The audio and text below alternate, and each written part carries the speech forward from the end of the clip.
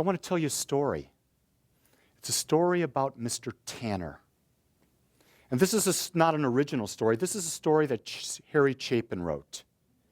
And Harry Chapin is one of my favorite musicians of all time, and he passed away in the early 80s. But he was a folk singer. Not more than a folk singer, he was a storyteller. And the story about Mr. Tanner was about this beautiful man who had a cleaners. And this cleaners was in Dayton, Ohio. And he made this store the very best cleaner in all of Dayton, Ohio. And one of the things that happened when Mr. Tanner was alone by himself and he was sorting through the clothes, he would sing. And he would sing, and in the background, you would hear him singing, "O Holy Night," with this deep, magnificent baritone voice. And customers who would walk in would go, "Oh my God, it's an angel singing." And so after a while, these customers would finally say to him, "You need to go professional. You need to take this." And he got convinced of this. And so he took all of his money that he had saved. He hired a promoter. He rented a hall. He got the musicians. Everything was alignment, and he had this beautiful venue. And he went there. And one of the things that was sung, the lyric that was common throughout the song was this: he did not know how well he sang, but it made him whole. And so he started his concert, and he went through all of this magnificent songs, everything well prepared, everything well orchestrated and choreographed, and it was perfect. But the lyrics changed in the chorus. It wasn't that he did not know how well he sang. It was he only heard the flaws. And so at the end of the concert, the next day, the critics who wrote about the thing had 4 lines, and they were very concise. Mr. Martin Tanner of Dayton, Ohio, put on a wonderful concert. He is a wonderful baritone.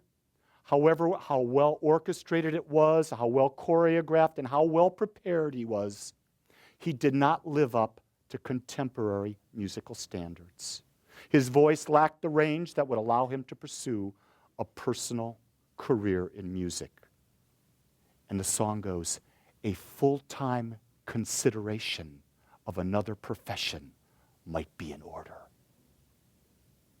And so he returned to his cleaners, and he didn't sing because the criticism knocked him down.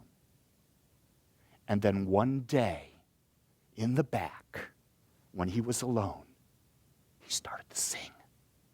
And he was singing, "O Holy Night." And you heard this voice just building and building and building. And the lyric came out, and he did not know how well he sang. It just made him whole. And it stops. So my question to you is, what makes you whole? Is it a person? Is it a place? Is it a thing? Is it the past? Is it the future? Is it a dream? What is it that bursts within you a sense of wholeness?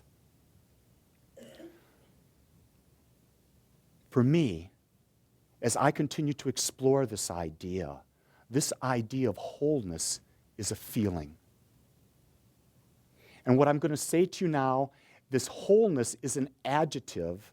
It's a descriptive word that is used to describe a feeling of oneness with God. And yet I can't tell you what that feels like. I don't know what that feels like. But I know there is a feeling. I know that we walk every day, we're walking in this mystery that we call God. And it's a mystery because each of us is coming at it from a different angle. And yet as we go into this mystery is so infinite, it's so beyond description that we have no way of communicating it to each other. But we can know how it feels. It is a state of being that we create with our intention and our expectation. Did you hear that? Because that's the theme of where I want to go. It is an intention that we create. It's a state of being that we create. It's an expectation that we create. It's this idea of we create, I create. No one creates my life but me. No one creates your life but you. And we do this from the idea of what is the intention, and then what expectation do we build beyond that, and then how do we respond and how do we act. And this idea of intention, expectation, and action, it's shifting every moment and every day. It's a wave, and this wave moves with us as we live, as we breathe, and it's depending on where we are. So back in 1998, I'm going to tell a story that I've told once or twice before, but it's relevant here. It's because back then, I had a different view of what God was. I had a different view of how to express and to experience God. And I had a view that God would speak to me. And I sent an intention one day while jogging in Unity Village that I was having a conversation with the beloved. And by God, the beloved was going to talk back. Did you hear that? I had an expectation that not only was I going to talk, because I talked to God all the time, and we would have lots of conversations, but I never heard anything.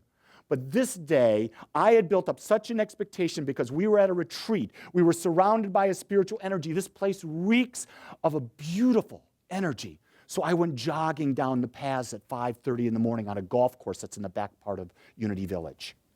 And as I'm jogging, I am speaking out loud questions of answers I desire.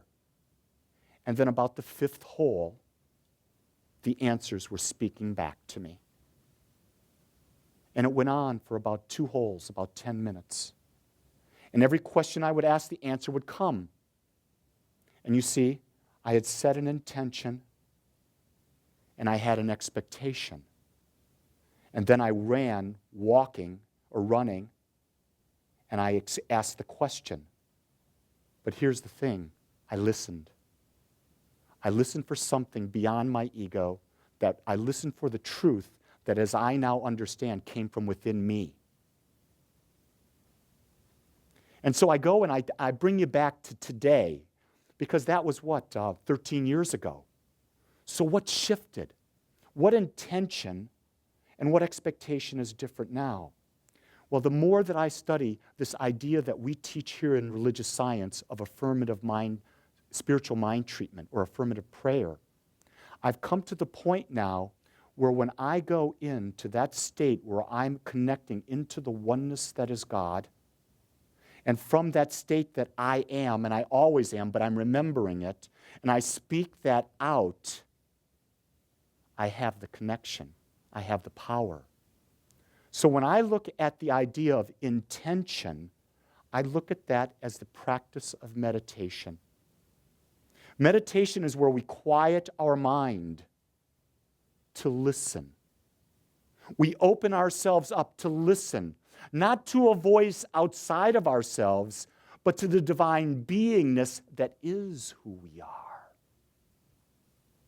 And when we open up to listening, we will hear because we follow it with the expectation. And for me, spiritual mind treatment or prayer is the expectation. Because when I am doing that affirmative statement of what I desire, it is not that I'm wishing, I am not asking, I am not beseeching, I am claiming it into my life right now. And when I claim it, I'm not claiming it tomorrow, I'm claiming it today. So I want you to follow the logic here, because we talk about that we teach a positive, practical spirituality. Coming to church on Sunday is one of the greatest things that I look forward to. Getting up and having you here and speaking to you, being able to converse with you is my area of joy. It's my passion. I love this more than anything. But I want to share with you, this is not where the depth comes. This is not where the truth gets revealed. This is where the truth gets spoken. But it is in the morning, sitting in the silence. It's in the day, praying. It's in the day, doing reading. It's in the day, giving gratitude. So it becomes an everyday thing. And what I'm coming to understand is then when we create an awareness in this mind, we open that awareness so it spreads to our heart.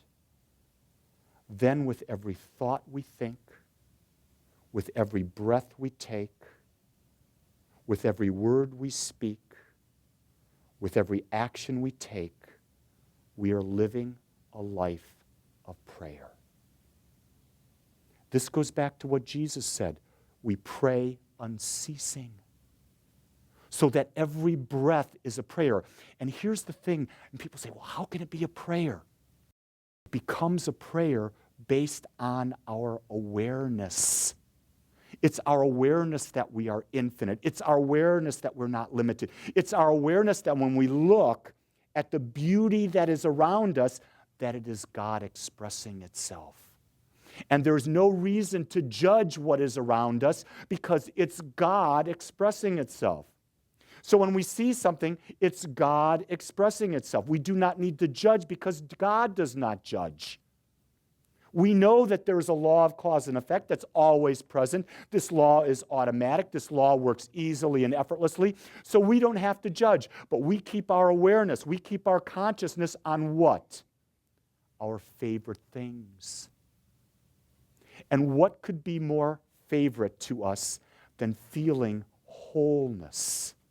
Feeling our connection to the beloved, feeling our connection to the divine within, feeling our sense of infiniteness, feeling our sense of being beyond limitation, feeling our joy that exudes from everything, beyond anything we've ever imagined, and being able to see it, share it, and speak it with others.